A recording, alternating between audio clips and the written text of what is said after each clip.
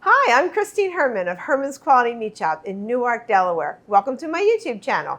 In this video, we are going to be talking about leg of lamb. Are you ready?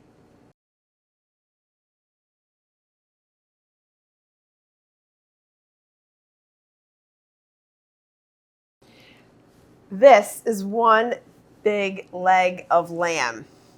This is actually how it comes off the animal, just like this. There's his backbone, here's his hip, and we are going to take a look at how I'm going to process this. I'm going to turn it over. You can see the amount of fat that's on this. This is beautiful, and it is actually a grated piece of meat. So I'm going to set this guy aside. By the way, here's this leg. That's what we call the lamb shank.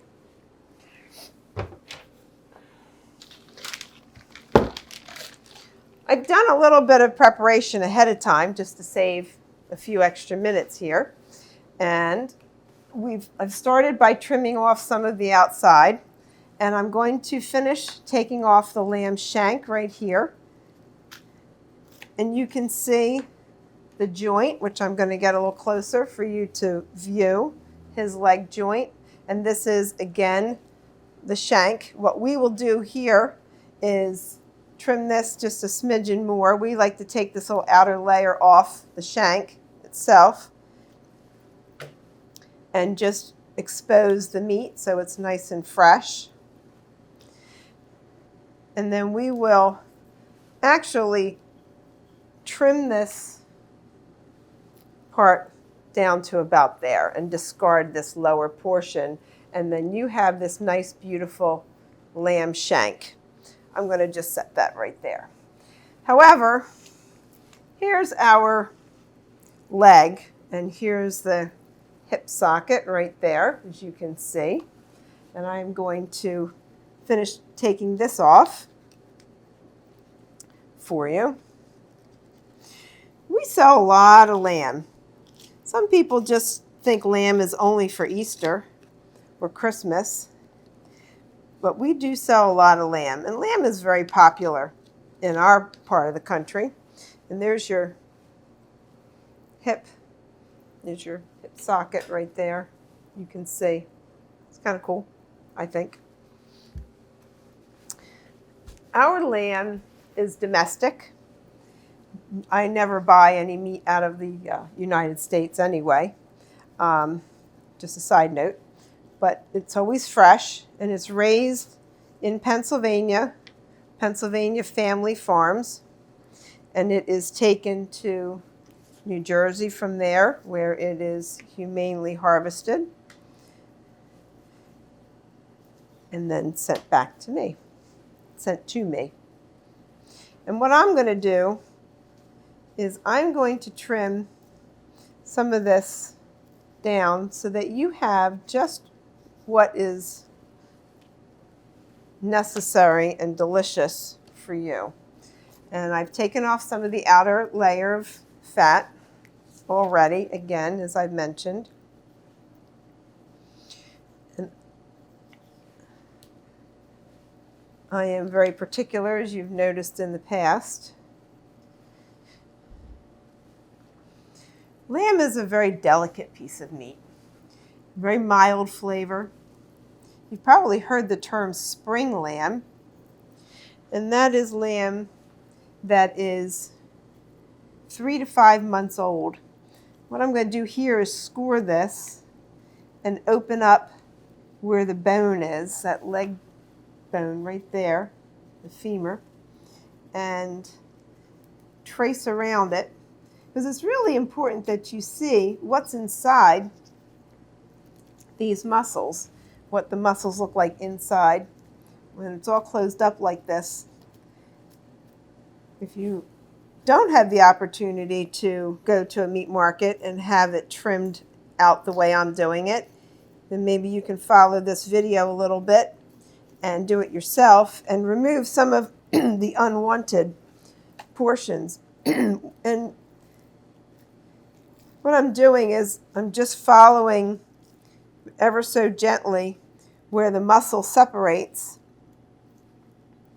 and you'll find some big pieces of fat and my favorite gland, because you know, possibly from previous videos, I like to take the gland out. And I'm just going to flip this up a little bit so you can see right here, this big chunk of fat right here, this section here. I'm going to make sure that comes out for you. And you, again, want to make sure that's removed for yourself. And you're just going to gently nick it and find the separation between the bone, the meat rather, and the fat, and pull that out. Yuck, in my opinion. I do a little bit of extra carving here and there, trimming it up. And I've exposed a gland right here. You can kind of see that little pinkish brown right there. I'm going to make sure that comes out. Real important. I've said this before. I'll say it again. The glands will taint the flavor of your meat. There's also, in this one muscle here, you can see it. There's like a vein. I just nick that and open it and take that out with my knife. Again, just some little details that I prefer to do for my customers that you want to ask, that you can have done for you, because that's really important in my opinion. Again, I have a saying in my family, what goes in your mouth should be the best, and you deserve the best all times. So I'm just going to trim this up as such. So we don't want to go too far, because we don't want to, too deep, too far, because we don't want to create like a hole. And I'm going to come back to the back portion of this leg is tendon, and I take that off because you won't be able to eat that. And how far you want to go is up to you. If you want this completely boneless, then certainly I could take this all the way around the bone and take it out. Or I could just leave a portion of the bone attached so that once it's cooked, a lot of people like to cook it with the bone in it, because the bone does provide some flavor and also a nice visual effect. Or if you use the bone for your Seder meal, that's real important. We'll save that bone for you for that reason as well, which is beforehand. So here's another little chunk of fat that I want to make sure I remove. There you go. And details here and here. Some of that I want to take out. And what I'll do later on my own time is I'll go back through and I'll take this little piece of meat and I'll trim that up, clean it up nicely so that you have just a little piece of meat. And all these little pieces of meat will end up in our ground lamb, something else that we do sell a lot of. Right at the top of the bone is another section that you want to find, open up, and remove some other unwanteds, what I call them. This is the value that you get when you come to a handcrafted specialty store like ours. And I know that there's many of them across the country that can do this for you. And here's another chunk of fat that I'm removing. It's pretty good. Pleased with that.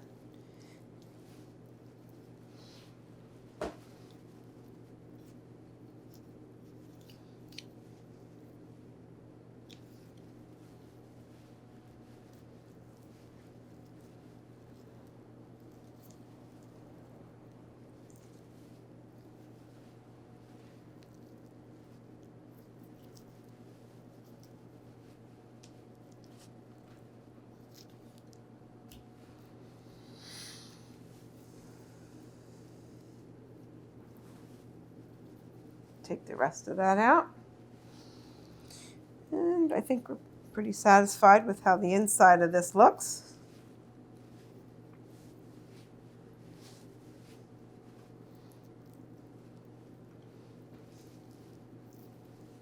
See how nice that looks inside. We're going to flip it over. We're going to look at the outside now. And we're going to finish trimming up some of this outer layer here. Oops.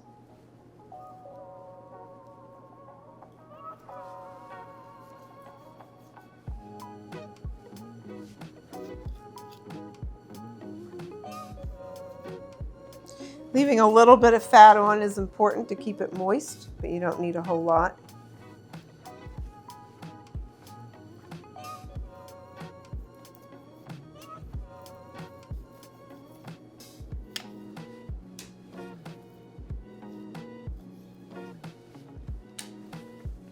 Leg of lamb, as I said, is a very delicate piece of meat. In general, lamb is, and how a lot of people like to cook lamb is similar to beef, where it can be slightly pink inside. It doesn't have to be completely well done. A very simple recipe is to marinate this leg of lamb in some olive oil and garlic and rosemary, a little bit of salt and pepper. Let it marinate for a couple hours or overnight if you'd like, but it doesn't have to. And then bake it 325 on a preheated oven. About an hour and maybe 2 hours or so. And then check your doneness according to your temperature, how well done you'd like it to be cooked. Remember your thermometer, we've talked about that before.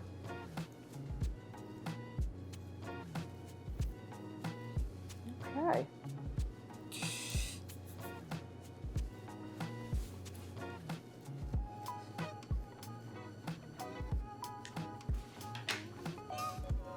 So there is your bone-in leg of lamb.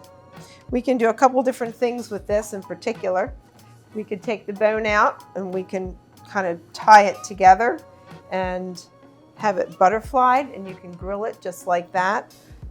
Or we can again take the bone out and tie it. But for this case, what I'm going to do is I'm going to leave the bone in and I'm going to tie it. And tie it into a nice roast for you to see.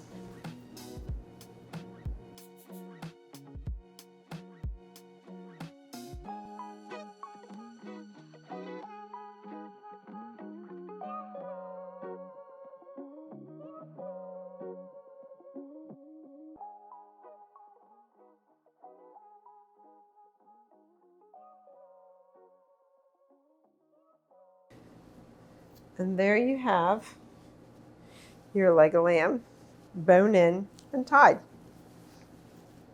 Voila. Thank you. I have another leg of lamb here that what I'm going to do is I'm actually going to take you through again in a really quick fashion. And we are going to make this a butterflied leg of lamb.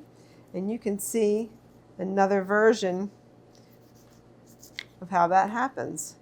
And we're going to fast forward some of this for you to save time, but also so that you can have another recipe.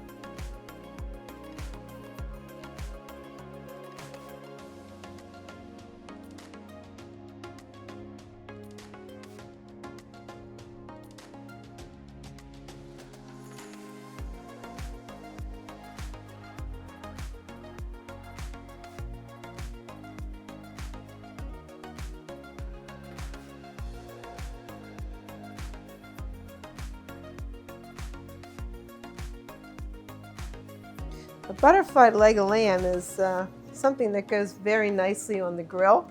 Could also be stuffed and rolled or just left marinated and grilled. So what we're going to do here at this moment is just tie it a little bit. Just a couple more seconds.